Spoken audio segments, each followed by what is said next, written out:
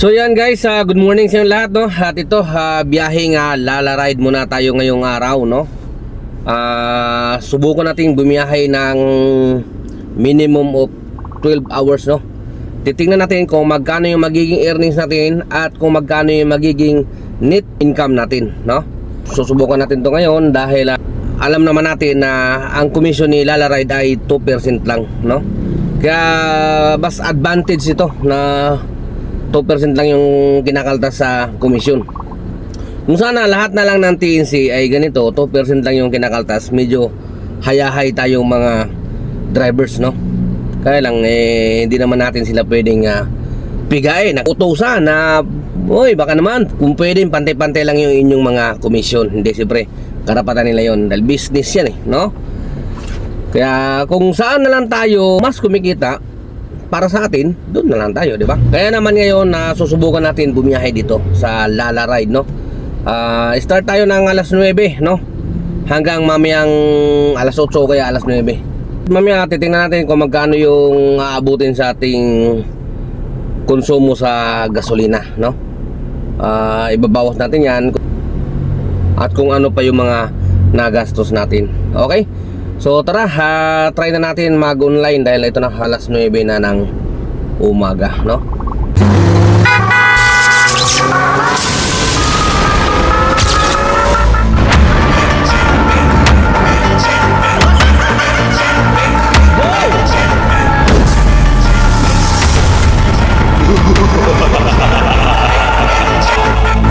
So ito na guys, naka-online na tayo, no? Try natin kung saan papunta yung ating pinaka-buena mano. Sana swertihin tayo ngayong araw. Pray lang tayo, no? Ngayong araw nga pala guys ay Sabado, no? November 29, 2025. Okay? So stay tuned lang mga ka-PJ, no?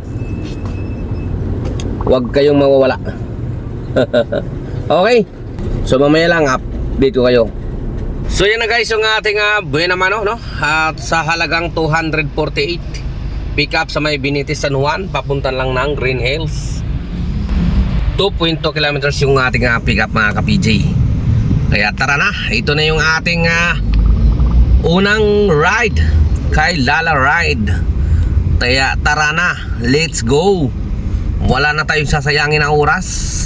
Mamaya bakbakan na to, bakbakan oras natin ay 9:50 na ng umaga. Okay, so tara na, let's go. So touchdown na yung ating buena mano mga ka-PJ, no? Lapit lang, 2 kilometro lang mula doon sa ating pick up papunta dito sa drop off. Alright, confirm.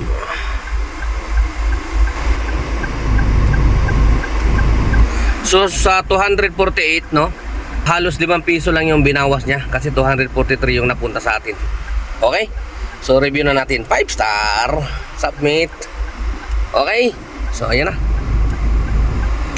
So halos 5 piso lang, no? Yung binawas niya. So mamaya update ko ulit kayo mga ka-PJ. Let's go. So ayan mga ka-PJ, no? Meron na tayong pangalawang pick up para kay Lala ride, no? Sa halagang 193, no? Ayan. So pick up natin dyan lang sa may Guadix. Ayun, no? Guadix Drive. Dyan lang sa may Ortigas yan. Malapit lang din ang pupuntahan niya. Halos 1 kilometro nga lang mahigit, oh. Okay? So ang babayaran lang ni customer ay 96 pesos. Tapos si Lala ride ay magbabayad din sa'yo ng 97 pesos. So promo to, malamang promo. Okay? So bali nakakasi si pasahero kasi nakalagay, settle with customer, no? So nakakasyan. Tapos yung 97 pesos ni Lala ride ay isisin niya sa yung cash wallet. Okay? So tara na, let's go. Banatan na natin itong ating pangalawang pasahero.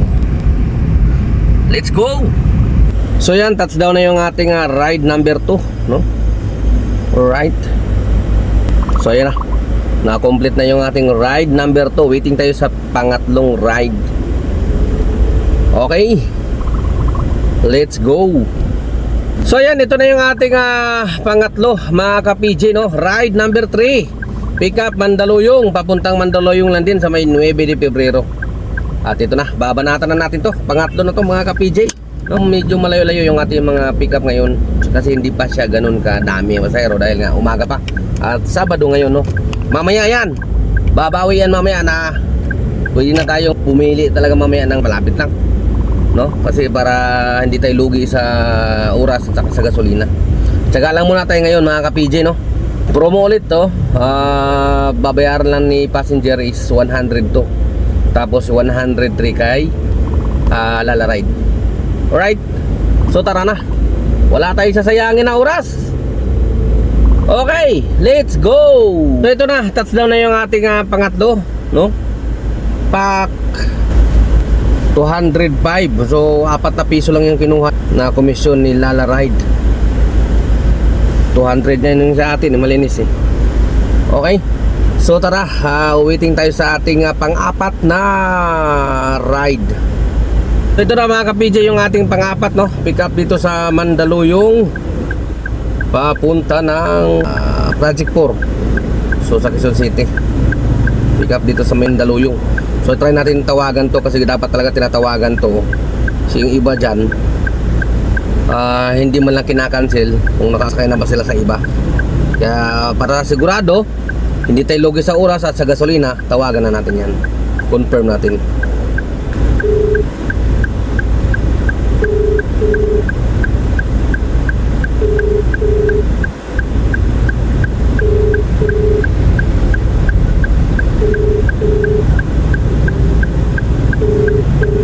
Tama, hindi sumasagot.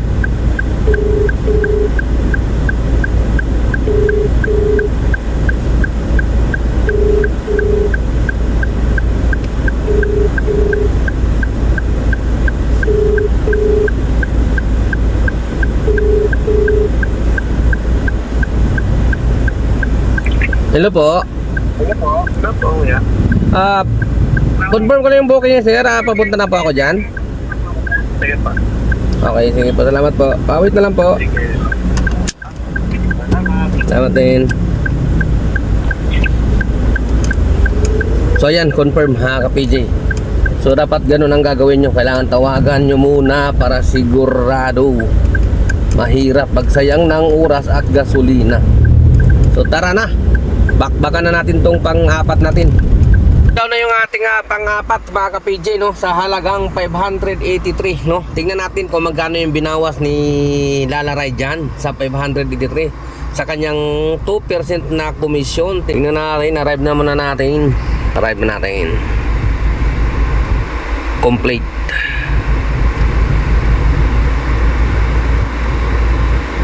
So ayan, no, nagiging 581 yung ating nakuhang earnings, no. So magkano lang yung binawas niya sa 583, minus mo lang yung 583, yung result na naging 581. So maliit lang, di ba? Hindi mo talaga mararamdaman yung kanyang komisyon. Sana all, sana lahat ng TNC ganun. Happy sana lahat ng mga driver, no. Total, nandito na ulit tayo mga ka-PJ sa Cubao. Mamaya na ulit tayo mag-online. Kain na muna tayo ng tanghalian dahil alauna 15 na mga ka-PJ. Kaya tara na, let's go. So ito nga pala mga ka-PJ, pagka sinabing ganyan, Car XL, ibig sabihin yan pang 6-seater yung binok niya, no? XL yung tawag sa kanila sa 6-seater. Alright. So ito na, kumain na muna tayo. Ito na yung ating naging earnings. Alas 10 na tayo nung napasukan eh. So naka 1-2 pa lang tayo. Kaya sige, babawi tayo mamaya dahil marami na yun pasero mamaya. Kanina kasi medyo malalayo yung ating pick up, tapos hindi ganun kabilis. Sana mamaya magbago yan dahil alam naman natin ngayon Sabado marami dyan mamamasyal. So kain na lang muna tayo para dire-diretso na yung ating Bravo mamaya. Alright, let's go mga ka-PJ, no, balik biyahe na tayo. At ito, meron na rin tayong pumasok na booking galing kay Lala Ride again, no. Oras muna natin ay alas 2 na.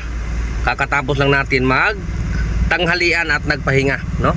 At ito yung ating susunod na booking sa halagang 963, galing lang dito sa may Diliman, Quezon City papunta ng Taguig. Okay, so panglima yan mga ka-PJ, no. Tara na, atin na munang pick upin, baka pick upin pa ng iba. Let's go! Ito na, pinasukan na ulit tayo ng pang-anim mga ka-PJ, no? Pick up dito sa may Taguig. Papunta ng Cubao, medyo mababa pero sige lang. Pamasahe niya ay 640 at yung distance niya wala pang 1 kilometro, 7 minutes daw. Sige, banat! So bali ito yung ating pampito mga ka-PJ, no? 773 kasama yung kay Lalaray dyan. Paling dito sa SM Cubao. Papunta lang ng Dapitan, Sampaloc. Laki ng pamasahe, 6-seater to. Tara, let's go. Back tayo kahit pa-traffic. Traffic lang yan. Kailangan natin ng pera. Let's go. Go, go, go, go. Touchdown na naman tayo mga ka-PJ, no? Dito sa may Sampaloc, malapit sa may UST, no? At ito yung ating pinaka-pamasahe, 773. Tignan na naman natin kung magkano naman ang mapunta sa atin dyan sa 773. Antay lang tayo, umiikot-ikot pa. Ayan, arrive na muna natin. Okay.